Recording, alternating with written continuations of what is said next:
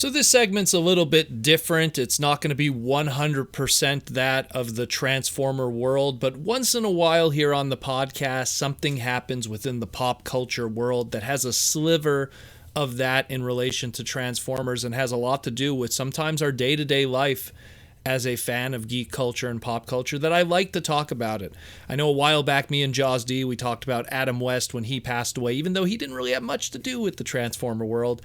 But he was such a big impact on our childhood and that of pop culture that we had to talk about it. And I feel that there's a little bit here on the bone, just a little bit. But I want to talk about that, of the official retirement and splitting of that, of the musical group of Daft Punk. Now, for people who don't know who they are, they were an incredible dance slash technotronic, whatever you would want to define them as, music group back in the day, and they were rocking strong for 28 years nonstop, and they finally decided to call it quits today. They put out a 7-minute, I guess we'll call it, music video called Epilogue, which featured both Guy-Manuel and Thomas in it. And I mean, I don't want to spoil too much, but there's a lot of people reading deep into the symbolism of the music video, trying to make sense of why the breakup happened or what is being said. Go watch the music video afterwards. It also features at the end of it Touch, which is one of their 2013 songs, but it was, I guess, remixed a little bit with this one more orchestral, also known as Love is the Answer. Not Touch as in the touch that we know in the Transformer world with Stan Bush. But Daft Punk has always been an important group to me. I love everything they've done. I bought all of their albums, and I mean, as someone who's a big car enthusiast, I think some of my greatest memories involve Daft Punk, just because my glove compartment always had all of their albums in it.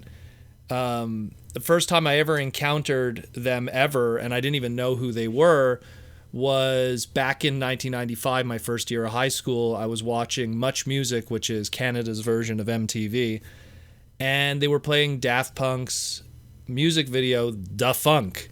And while I didn't remember the music from it, I was burned in my mind of the character of Charles the dog. Anyone who remembers that music video. I'm a big dog lover, and I don't know, there was something about that sympathetic story, the puppetry, and my sister, who was also really big into the Muppets at the time, it just resonated with us, and we didn't really notice the music in that video, but the story that was being told. It wasn't until about 1997 did they really get my attention with their music video and their song Around the World. And around that time, in 97 to 99, that was a lot of music in the late 90s that were trying to have music videos that were, I guess we could call it, artistically unique to catch the attention of people. Keep in mind, in 97, we had Barbie Girl.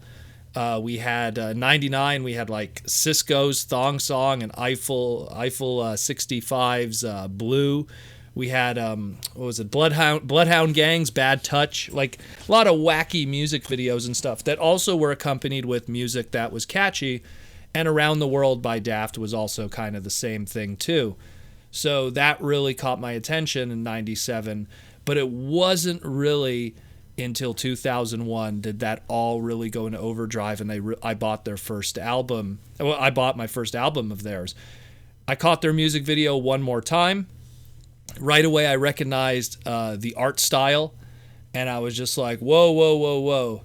That's some Leiji Matsumoto, Captain Harlock, art going on there with this music video. I loved the song. I loved the art style of the music video, and it made me go out and buy Discovery, their album that had One More Time on it. Obviously, on that album, too, there was another really good song called Harder, Better, Faster, Stronger. There's a lot of good stuff on it. And in 2003, we would have the Interstellar 5555 anime movie, music video anime movie, which when they interviewed Daft Punk, they even said, both of them are French, and they grew up on Captain Harlock in France, and there was a huge influence of that and Matsumoto's art style. And especially here in Quebec, here in Montreal, Quebec, if you were a French Canadian growing up in the 80s, Captain Harlock, or as it was known in Quebec, Albator, was absolutely massive. So that really pulled me in too, was just the art style and the music and everything. And when you go to even to like what the internet was in the early 2000s with Newgrounds, there was this, popular video done by Zug, or Evil Zug as he was called, where they used the Kunio / River City Ransom sprites. And he took that Harder, Better, Faster song, did a little music video, and it became viral, and it became a meme before viral and a meme was a thing back in the early 2000s. You could find it now on YouTube.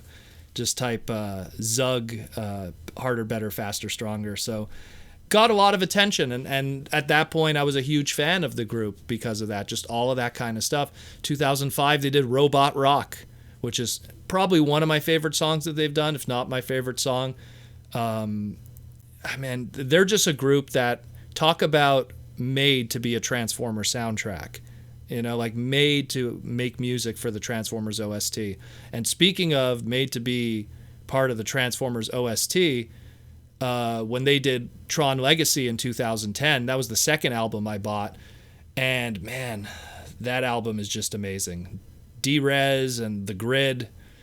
I love that album. That album is incredible. Say what you will about the Tron Legacy movie, although I love that movie too. I bought all the action figures. If you go on my Instagram, I have like all the I have figures of all the photos of all the figures from Tron Legacy. Say what you will about that movie and its toys and everything like that, but what an amazing soundtrack. Of course, they made a little cameo in the movie too. Of course, you jump to 2013. They did Get Lucky and Give Life, Back to Music in 2014. Other great songs that I loved and albums that I bought. But, they called it quits. And, I mean, better to go out on top than to kind of, I guess, stagnant and dry away. That being said, though, Guy-Manuel and Thomas, those are two talented individuals that lasted much longer. Look, let's be real here. My father, anyone who saw, he's a huge music guy.